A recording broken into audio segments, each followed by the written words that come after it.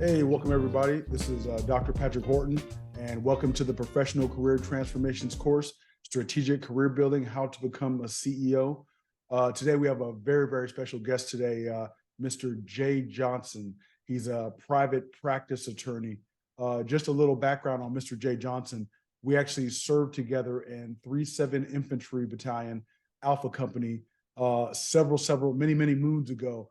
And Mr. Johnson is one of the most honorable, most talented, and most genuine people I know. One of my best friends that I've ever met. So welcome to the course, Mr. Johnson. I appreciate that, man. That's a heck of an intro, and it's all true. So that's all, That's what I'm that's all I'm talking gonna about. say. Exactly. Yeah, but I appreciate you having me on, man. And like I said, man, everything right back at you, man. We did our time together, and I enjoyed it, man. And honestly, man, I'm not shocked at where you ended up, man. That's all I'm gonna say, Dr. Horton. I'd give you a round of applause, but I don't want to make it look too corny on here.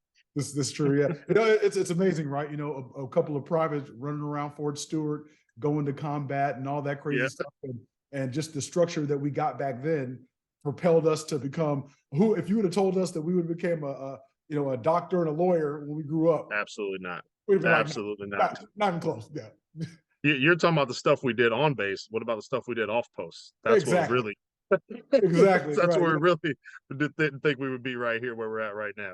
Exactly.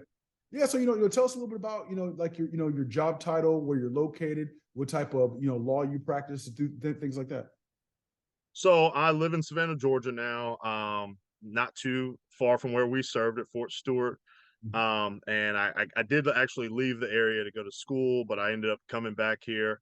At the time I was married and my wife's family was here. I'm divorced now. You know, the military is known for that. Mm-hmm. But I like it here, and I've been practicing for about 3 years now. Went to law school, graduated in about 2 years, Mm-hmm. and I did have to kind of switch up my style in terms of what I do. But I started out doing more like general practitioner stuff, where I kind of did anything that walked in the door because I was just trying to make my own way. A lot of attorneys that hang their own shingle, as they call it, meaning that they go out on their own. That's just how they have to do it, and it's kind of a dog eat dog world out there. You got to do your own advertising. You got to find your own connections. People have been in the business for 20, 25 years. Definitely don't want you taken away from their practice and from what they're doing. So when COVID hit, everybody changed. Everybody had to make a switch. So I also made a major switch. I started going more into juvenile law, which is something I didn't really think I was going to be interested in, but they went online almost immediately. And that's where the money was, and that's where the opportunity was, and that's where I went. So I actually really enjoy that. Now I actually come from a background where I was in foster care. So it really means something.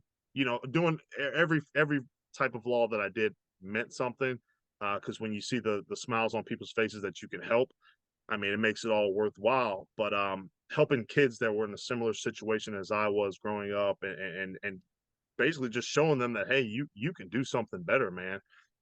You just got to take care of what's going on in the right way, and kind of showing them that path. It just hits different, man. There's no other way to say it. It just hits different, and I really enjoy it. So Yeah, in general, how did you choose your career? Like, even if you want to take us a little bit back on, a little bit of memory lane, like, hey, when you graduated high school, this was your mindset, and then you went to the military, then you left the military and decided to go to college. Like, what was your thought process behind like how you actually chose your career? I was always fascinated by the law. I really was. I actually wanted to be, when I was younger, I wanted to be a cop. And then I realized that wasn't the aspect that really caught my attention of law. It really sealed the deal for me when I was in foster care. Me and my brother went to foster care at the same time, and we would basically have to sit in the DFACS, the Department of Family Children Services office, until they could find a placement for us. And we were in that office for like 3 days with nothing to do. But in that office, they have pamphlets, and I would sit there and read those pamphlets because literally I had nothing else. We didn't have phones back then. We didn't have iPads.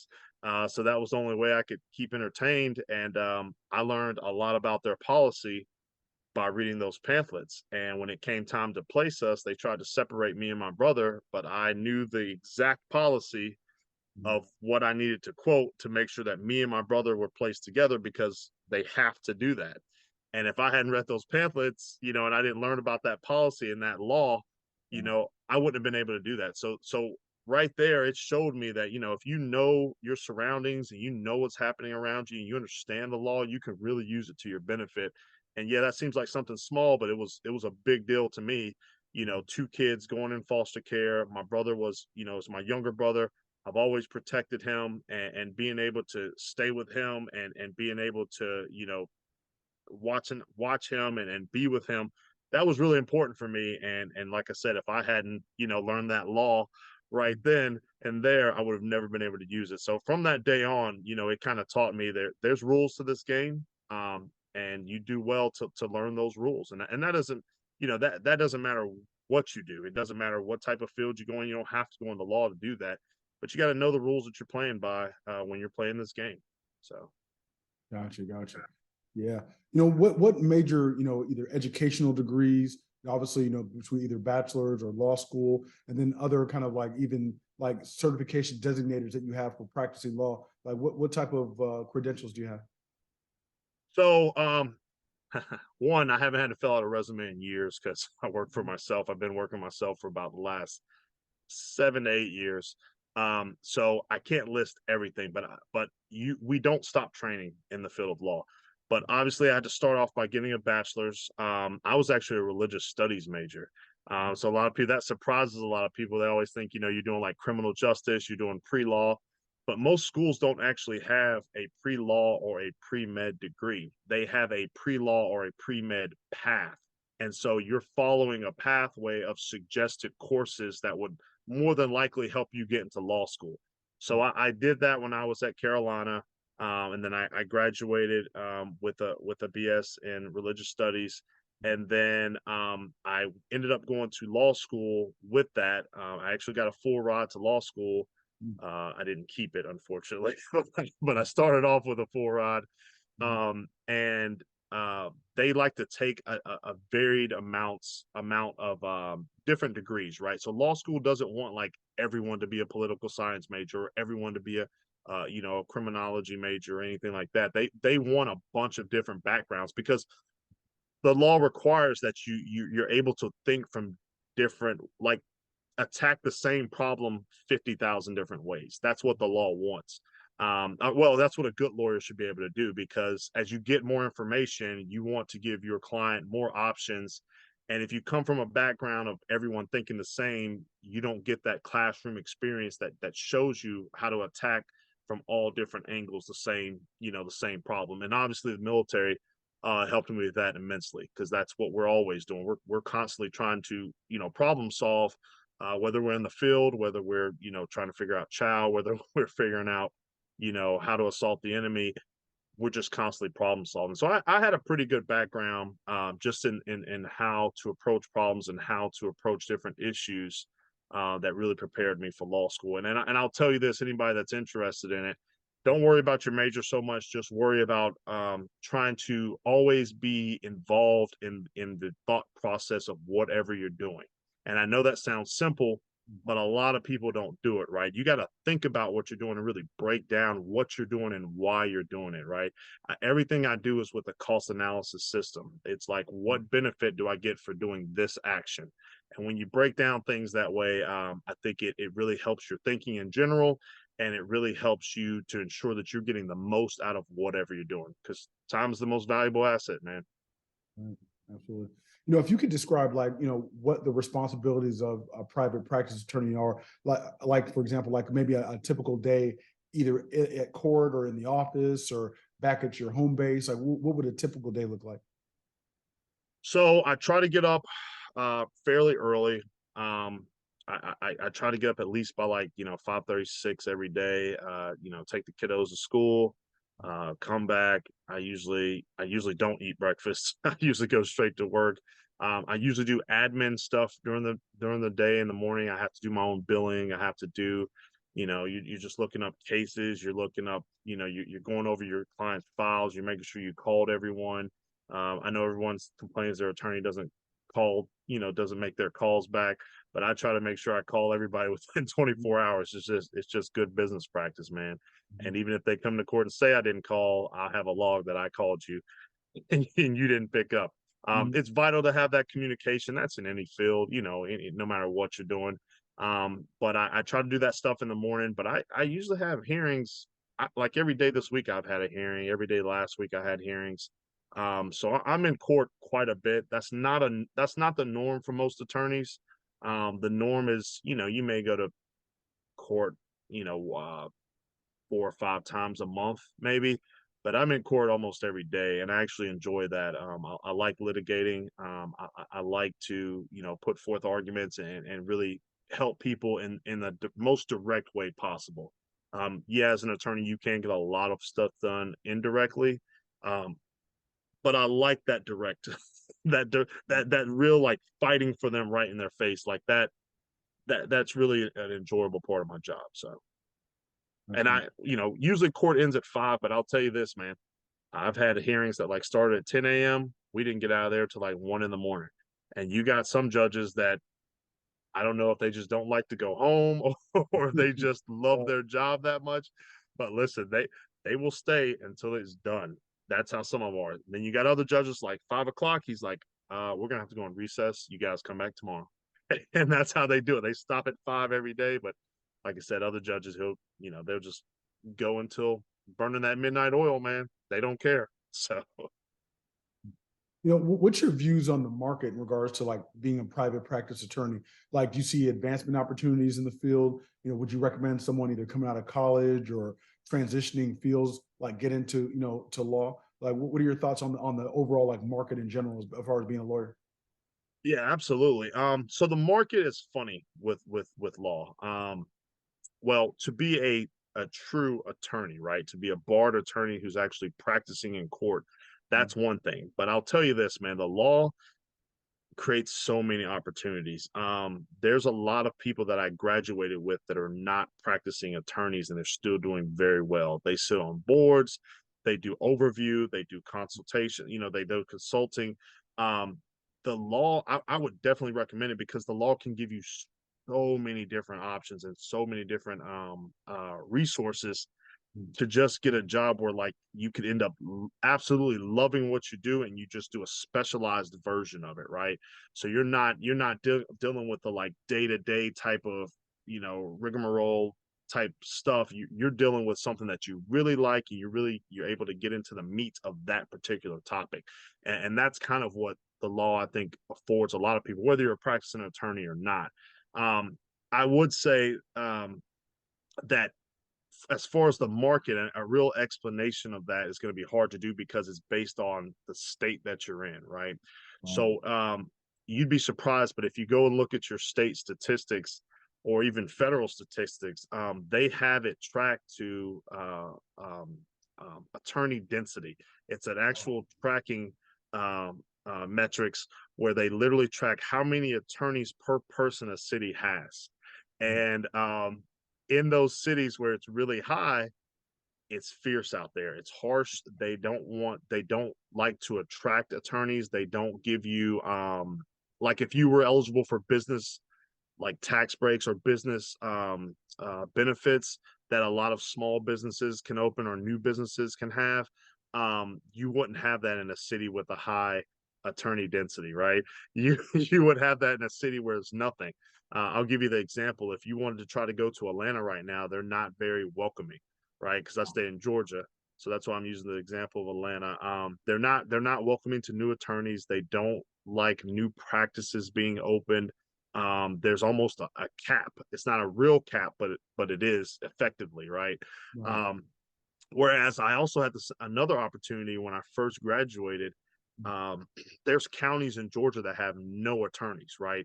So they offered me a contract where I was going to make about, I think it was like 110,000. I was going to have to take 5 to 7 cases a month. They were going to provide housing for me, and I was Wow. only going to have to go to court twice a month. Wow. Um, yeah, so I almost took it because what it was gonna afford me, it was gonna afford me the opportunity as a new attorney to basically have a set, bottom line income of 110,000, right?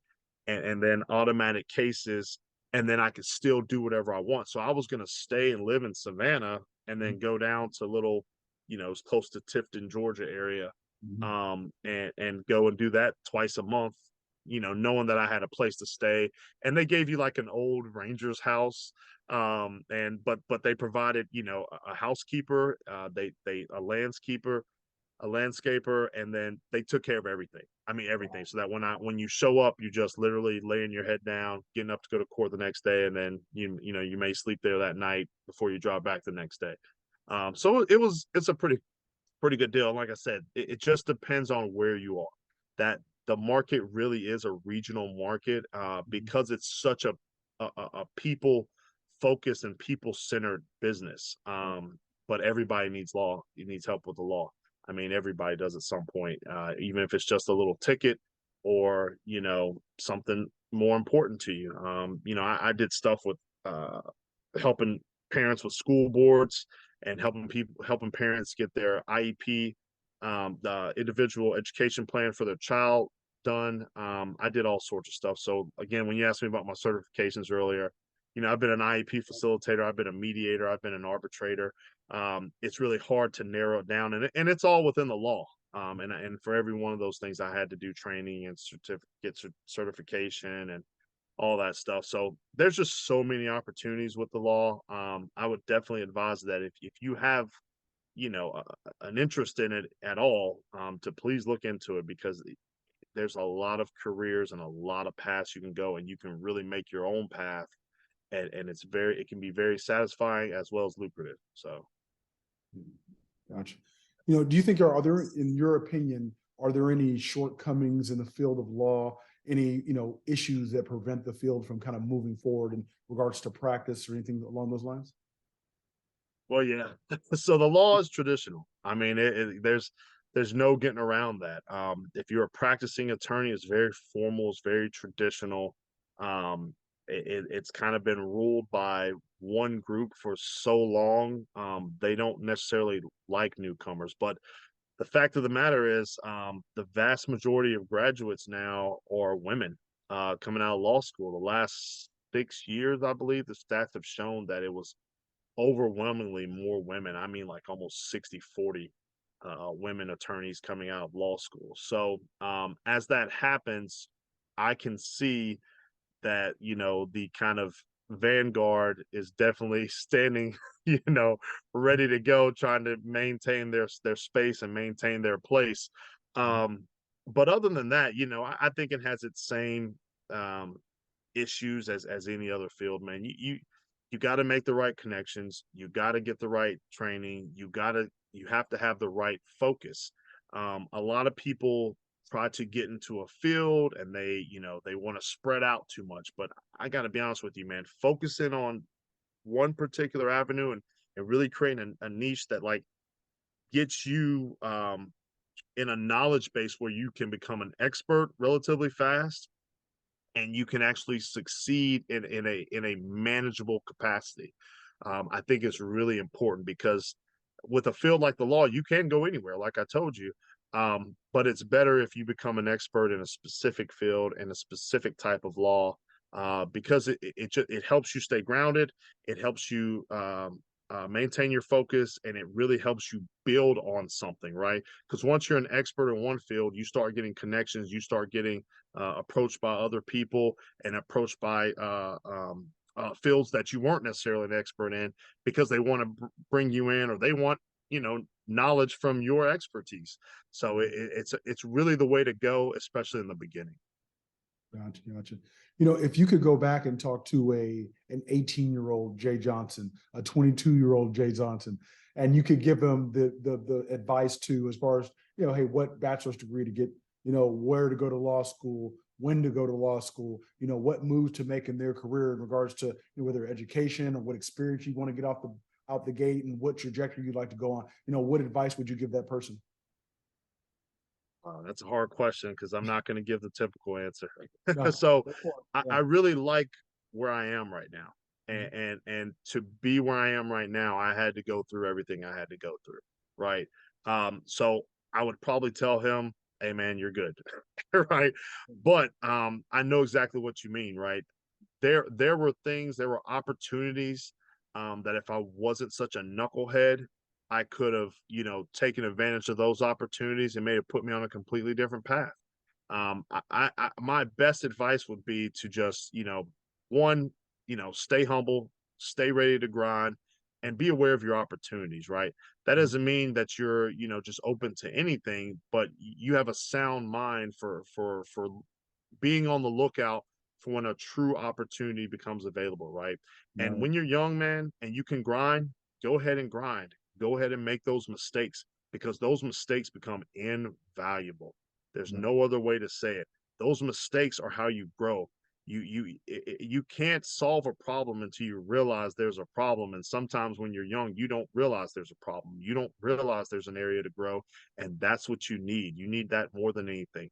You can grow physically, but that growing mentally is what you really need, right? Because that Mhm. makes you emotionally stronger, that makes you physically stronger, and it makes you mentally stronger. And you need all those strengths to be able to forge your own path because it's not easy. It's really not. But you got to take those chances. You got to take those risks. Business and getting ahead and opportunity is all about risk taking because you make your own success by taking those risks. Doesn't mean you have to succeed on every risk, but you got to take those risks. Even if you think you're going to fail, you got to take the risk. Fantastic. Is there, as we kind of conclude, is there anything else you'd like to add? Any final thoughts, comments, words of wisdom for like some of the young people that may be watching this course? Well, I just want to kind of go back to something we were talking about earlier where, neither one of us never thought we were going to be where we're at, right? You're a doctor, I'm a lawyer. If you had asked me when we were riding around, the mean streets of Fort Stewart, if we were gonna if we were gonna be here, I Yeah. would have laughed. I would have said, "There's Right. no way." Not these two knuckleheads. Right. But you got to see yourself with success. And even back then, you know, you and I would have conversations while we were doing dumb stuff. We still had real conversations, right? And those real conversations, we both were focused. We both Right. were ready to move forward. We both were ready for something better or greater, right? And when I say better, that doesn't mean that what you're doing is not good, right? You got to enjoy what you're doing at the time. You got to be focused on that because being focused on what you're doing and being in the moment of what you're doing is how you get people's attention. And don't forget that, right? You have to be focused on what you're doing and doing that well at the time. That doesn't mean that you put all of your eggs in that basket, but you need to put a significant amount of eggs in that basket, right? You're still looking for your opportunities, but you still need to be great at whatever you're doing at the time. I don't care if that means you're flipping burgers, be the best burger flipper you can. Don't listen to outside influences. Don't listen to people telling you, "Oh man, why are you working so hard?" or "Why are you doing this?" I had people come and tell that, talk to me about that all the time. I'm working hard because that's my work ethic, right? I was setting that tone for myself. I was setting myself up for something greater for other successes, right? And that paid off for me. It paid off for me in law school. It's paying off for me now. It's paid off for me in every job that I've had. And I've had a lot of different jobs before I got here. So I would just say stay focused, work hard at whatever you're involved with at the time, but keep that eye open for opportunities and for those opportunities to make, calculated risk, right? You don't want to get in too much trouble, but calculated risk always good. So Absolutely. And Jay, I definitely want to say thank you for coming by. Too often, we'll see people that were born on third base, but they brag that they hit a triple, right? oh yeah, yeah, yeah, You yeah, know, yeah, yeah, it- yeah. And it's we're definitely not in that crew. exactly right. So It's all about, in my opinion, the journey traveled. I mean, from where you started out, there was so many, the odds were stacked against you that you would even become a functional, successful tax-paid citizen. And not only did you do that, you thrived and got all of what life had to offer you. And that was just because you had a good spirit about you, a good attitude, you were a bright guy, and you worked hard. And as a result, and then, when you met good people, you kept good people in your circle, good mentors and things like that. And it's just Great point. a Great point. testament to who you are as a man, and what you desired to become. And now you're a great father, and you're going to raise great children and have a great family. And just want to say, thank you for gracing this course. And this is going to be so valuable to so many kids that were in probably a similar position that you were in. And now they can actually see a path to success that they maybe have never even saw before. So, thank you for doing this course. Thank you. Absolutely, man. I hope you're absolutely right, man. I appreciate you having me on, man. And like I said, man, I'm just amazed by everything that you've been doing. I had no doubt, though, no doubt that it was going to happen. Absolutely none. Like I said, those talks were invaluable that me and you had. Right. Just having that circle, and like you said, keeping that circle, knowing who to keep in your circle and not keeping your circle, it made a tremendous difference in my life. And I'm glad that I kept you as part of my circle, man. And I Right. look forward to seeing you soon, hopefully, man. All right, sir. Thank you, Mr. J. Johnson, for coming by. And we are